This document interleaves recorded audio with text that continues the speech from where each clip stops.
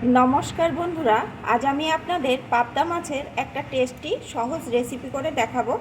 তার জন্য এখানে আমি আগে থাকতে কয়েকটা পাবদা মাছ ভালো করে কেটে ধুয়ে পরিষ্কার করে নিয়েছি। তারপরে কিন্তু মাছগুলোর উপরে আমি একটু লবণ, হলুদের গুঁড়ো, লঙ্কা গুঁড়ো আর একটু কাঁচা সরিষার তেল দিয়ে দিয়েছি। এখন আমি হাতের সাহায্যে সুন্দর করে মাছগুলো মাখিয়ে নেব। আসুন বন্ধুরা, পাবদা মাছের এই সহজ টেস্টি রেসিপিটি দেখতে হলে প্লিজ একটা লাইক দিয়ে ভিডিওটি ফুল ওয়াচ করুন। রান্নার জন্য কড়াইয়ে আমি পরিমাণ মতো সরষের তেল দিয়ে দিয়েছি। তেলটা সুন্দর করে গরম করে নিয়েছি। এখন এর উপর দিয়ে দেবো একটা শুকনো লঙ্কা, কিছুটা পাঁচফোড়ন, সরি বন্ধুরা, কালো জিরে। পাঁচফোড়ন ভুল করে বলে ফেলেছি, কিছু মনে করবেন না। এখন এগুলোকে একটু ভেজে নেব। ফোড়নগুলো সুন্দর করে ভেজে নিয়েছি। এখন এর ভিতরে দিয়ে দেবো একটা পেঁয়াজ কুচি। পেঁয়াজ কুচিটা একটু ভেজে নেব। পেঁয়াজ কুচিটা একটু ভেজে নিয়ে এর ভিতরে দিয়ে দেবো 1 টেবিল চামচ থেতো করে আদা। এটাকেও বেশ কিছুক্ষণ ভেজে নেব। আদার কাঁচা গন্ধটা কিন্তু দূর করে নিতে হবে।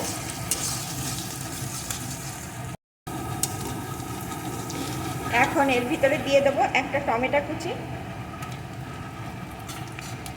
টমেটো কুচিটা একটু ভেজে নেব। এখন দিয়ে দেবো এর ভিতরে একটু লঙ্কা গুঁড়ো, একটু হলুদ গুঁড়ো, সব কিছু নিজেদের স্বাদ অনুযায়ী দিয়ে নেবে। স্বাদ মতো লবণ, 2 টেবিল চামচ দিয়ে দেবো সর্ষে বাটা। এখন এগুলোকে বেশ কিছুক্ষণ আমি কষিয়ে নেব।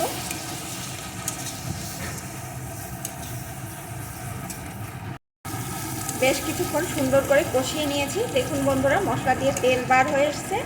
এখন মাখিয়ে রাখা মাছগুলো এর ভিতরে দিয়ে দেব। মাছগুলো দিয়েও কিন্তু একটু নাড়িয়ে নেব। এই মাছগুলো কিন্তু খুব নরম হয়, তাই দেওয়ার সাথে সাথেই একটু নাড়িয়ে নিতে হবে, পরে কিন্তু আর নাড়ানো যাবে না। মাছগুলো এরকম মশলার সাথে সুন্দর করে মাখিয়ে নেব।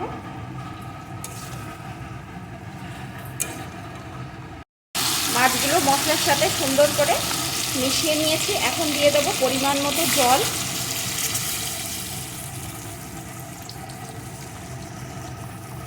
জলটা দিয়ে একটু নাড়িয়ে নেব। উপর দিয়ে দেবো কয়েকটা চেরা কাঁচা লঙ্কা।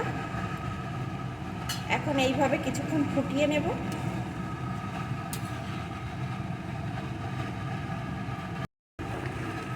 কিছুক্ষণ আমি রান্না করে নিয়েছি। এখন আমি এর উপর দিয়ে দেবো কয়েকটা ধনেপাতা কুচি।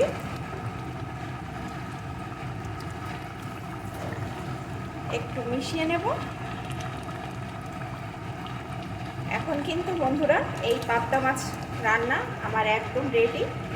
এটা কিন্তু গরম ভাতের সাথে দুর্দান্ত লাগে। এখন নামিয়ে নেব। বন্ধুরা, আমার এই পাবদা মাছের সহজ টেস্টি রেসিপিটি আপনাদের কেমন লাগলো প্লিজ কমেন্ট করবেন। ভালো লাগলে লাইক শেয়ার করে দেবেন।